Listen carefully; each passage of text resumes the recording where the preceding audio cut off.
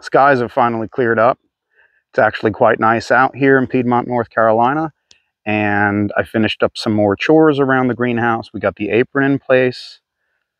I've got all of the wiggle track for the poly covers is completed now. Touch-up paint is done, and the 40% shade cloth is on.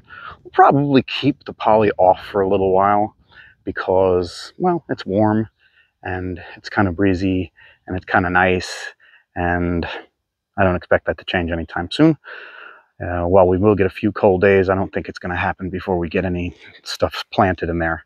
But our owl is in place, and you can kind of see, though, the camera makes it look like it's blue, but it's really green. It's a lot more spacious than our last greenhouses. This is definitely a step up in the right direction. It's right above the vineyard and right above the power point. So the gal that's going to be growing food and stuff in here, I think she's really, really happy about the location and the way things are turning out. On the left and the right side, I'm going to have some 24-inch deep shelves, probably 2 here that go the full length, and then 2 more over here that go the full length. And then in the space in between, we'll have some plants and maybe some trees, like fruit trees. We're already planning on lemon trees, so we'll see where that journey takes us. And with a little bit of luck, I'll get the last little bit of work here done. I've got to get all this Bermuda grass here on this edge out.